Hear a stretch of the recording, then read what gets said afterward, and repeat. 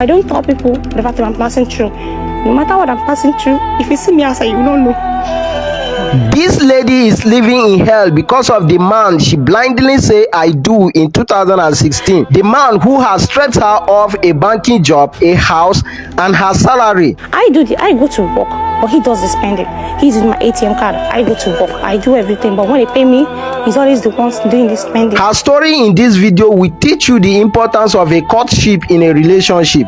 Anastasia, so Anastasia, can you tell me why you are in court? A customer recommended the man I got married to. We met ourselves and then we started communicating. Let's use the word. He actually came in form of it, like I never knew he was full of deceit and everything, because everything he said was not true. He claimed he was working, and me, I'm not the kind of person that visits. I hardly go to people's house, so I didn't visit him. They claim that he works in one company like that is into IT stuff, that is their IT personnel. So me, I have a good work, so I do not bother. Every day he's always coming to the office every day. So if I ask him, he'll say he's a boss of his own, that he works from home, so he's always carrying laptop up and down, so you wouldn't doubt it.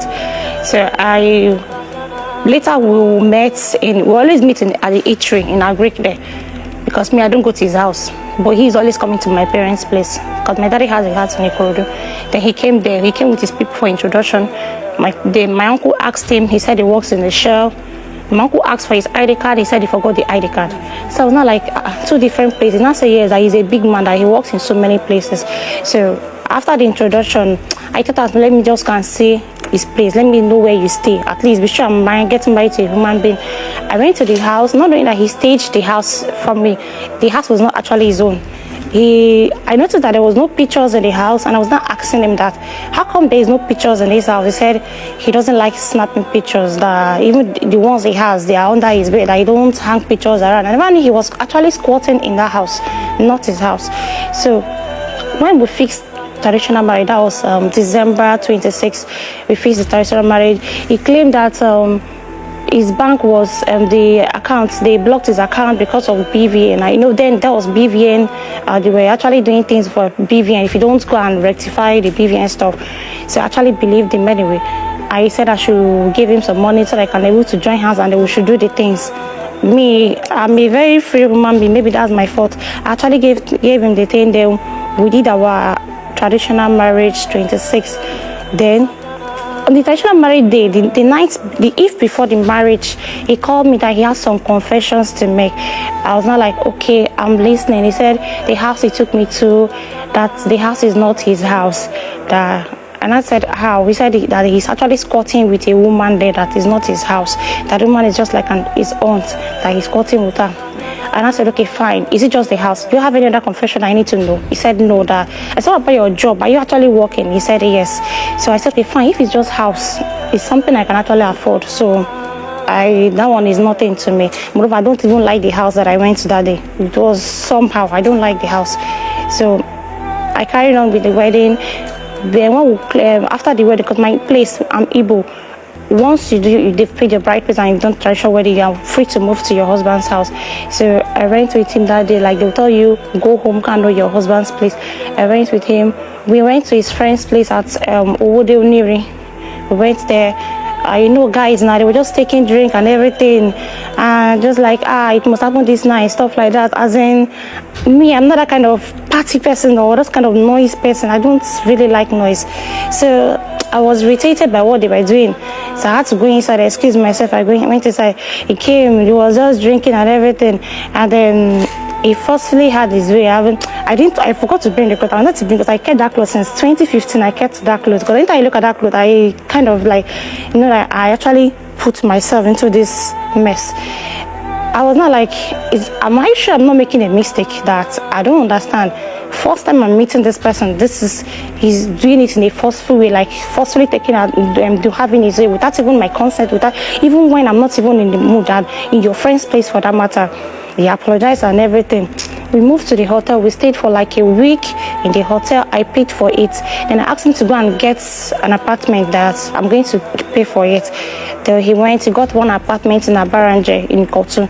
I stay in Ikorodu. So I had to ask for my transfer from Ikorodu to Kotu. Then I paid for the house. It's a 2-bedroom flat. I moved in there. I got pregnant the first time. I was seven weeks. I had a miscarriage. So we were still talking about it. He told me it's because he told his dad that his people are fetish, that if I should take him again, that he will not tell his people. And I was not like, you telling your dad that I'm pregnant, how does it affect the pregnancy? He said, I don't understand. His father used to go to native doctor, all those places.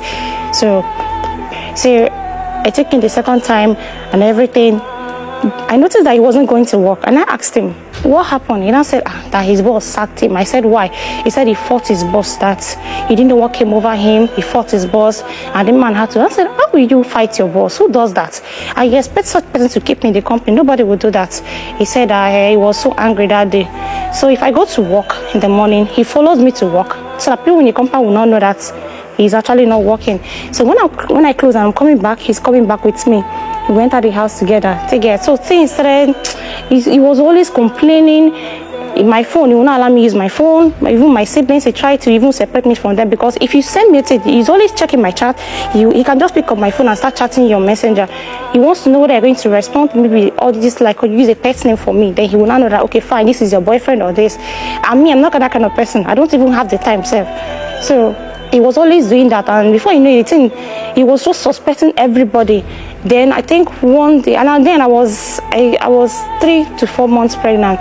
Then I went to work one day. He asked me if they've paid, right? Because Diamond Bank paid on they always pay on the 24th. I told him that they've not paid us, that they said they have technical delay or something. He could not believe that. He thought I was lying, but I was spent my money. So we were still arguing about it. Just laughed at me. I was not like, I don't understand. My own money, I still beating me again on my own money. He came to the office. It was not like asking my colleague play like, Obi, you guys have finished your money. Obi said, no, they've not paid us that. They said they will pay us so date. And I said, okay. And I came back to that. So allow peace reign. I go to work, but he does the spending. He's with my ATM card. I go to work. I do everything. But when they pay me, he's always the ones doing the spending. And I don't complain. He continued like that till we went to the house one day. So we went to the house one day. I think I was almost 6 months or 7 months or so. So we went to the house. And I'm fine. Thank you. Went to the house one day. Then my parents' house, after he has hit me the second time, I had to go there. Because me, I'm not the kind of person that keep friends. So I don't tell people the fact that I'm passing through. No matter what I'm passing through, if you see me outside, you don't know.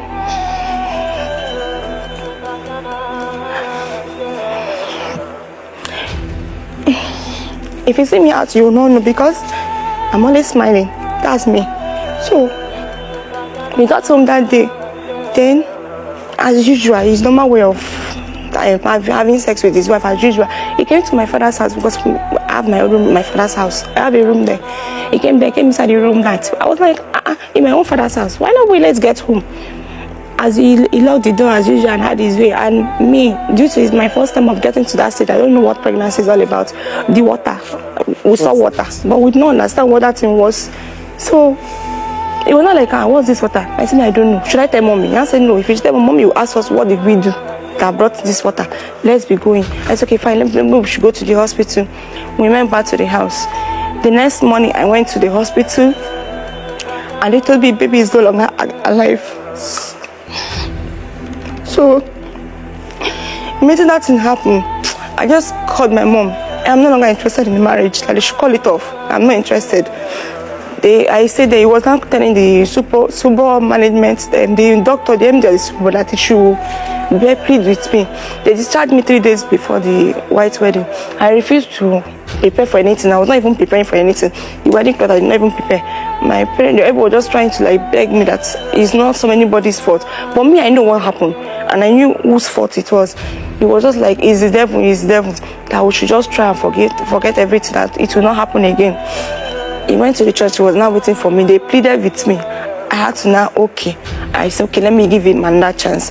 I went to meet him in the church. After the wedding, We have not even gotten to the house safe. Because we did research at my daddy's place, the madness started again and he started vibrating. We just shouting. My daddy was like, in my own house, you're telling me you will beat my daughter? Is that how people have been living in your house? I'll just lie and tell my dad that no, he does not beat me. No, he's just playing. Maybe he's drunk, that he doesn't do all those things. Because one thing about Igbo is the way you present your husband to your family. Even if tomorrow he changes, that impression that you have given to them, they can never correct it like. So that's why I don't want to give him that impression that he's a bad person. So I'm just trying to like cover him up that he's fine. My dad doesn't joke with me. So I just told my dad that no, everything is fine. We stayed there and we left, and then we continued back to the Ikoton. That was how God now finally blessed me with a son.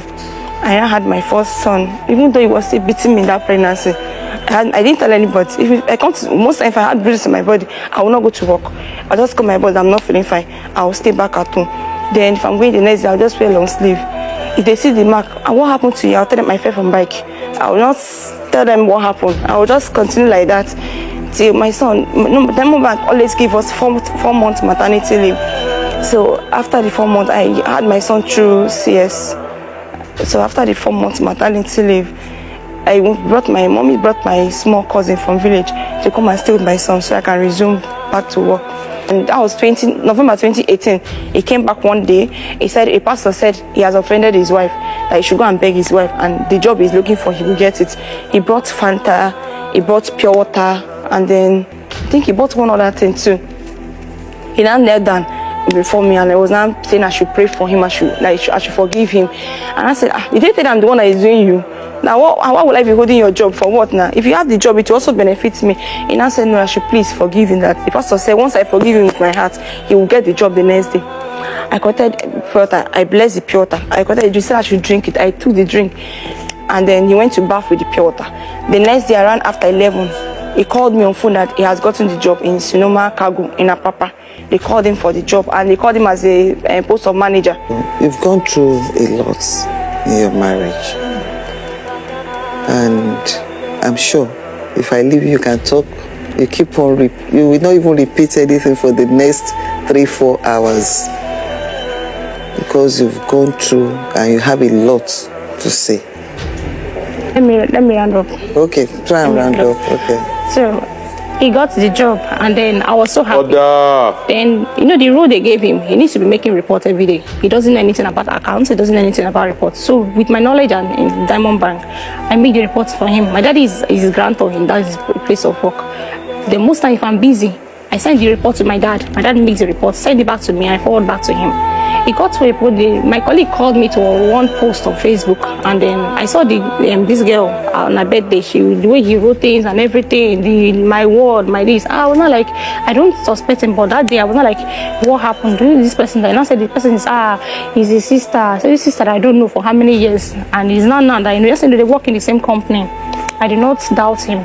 So that night I was sleeping, and then the voice woke me up, and then that day would have been my last day on earth anyway. But God said no. So I woke up, the voice just directed me to parlor. I never knew he used to hide his phone inside the Ghana must go. So I went, the thing said I should open the bag. I opened the bag and I saw his phone. The thing called one code 2964. I remember it very well, 2964. And I typed the code and the phone opened. Till today, I don't know how to download the WhatsApp deleted messages, but I was able to download it that day. And I saw my soulmate. I opened the message. I was not like, the girl was telling him, he told the girl how I normally take my food, because as my husband, I'll tell you, I put my food in the fridge when I get to the work, so later I'll go and microwave it and eat. So the girl now said you should put poison in my food, that when I get to work, since I don't normally eat immediately, that they will not trace it back to the house. They will suspect my colleagues in the office. So I did a screenshot of that, and I forwarded it to myself, and I deleted it. There's not a place where his boss, Mr. Fred, was telling him that this girl that you just met, why not leave her and stick to your wife that has been with you for this year? The man was just like advising her like a father, because the man is his in-law, so he's marrying his younger sister.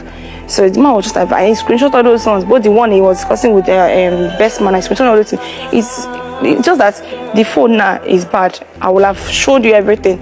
So when I saw those things, I was bitter. I was not like, why is this man trying to kill me? I even proved it. I was in the kitchen cooking my noodles. That I didn't make any food to work. I went to work empty like that. A pregnant woman, I didn't go to his food. I've never eaten somebody's food before. That they ate Esther's food. I tell Esther, give me food, I'm hungry.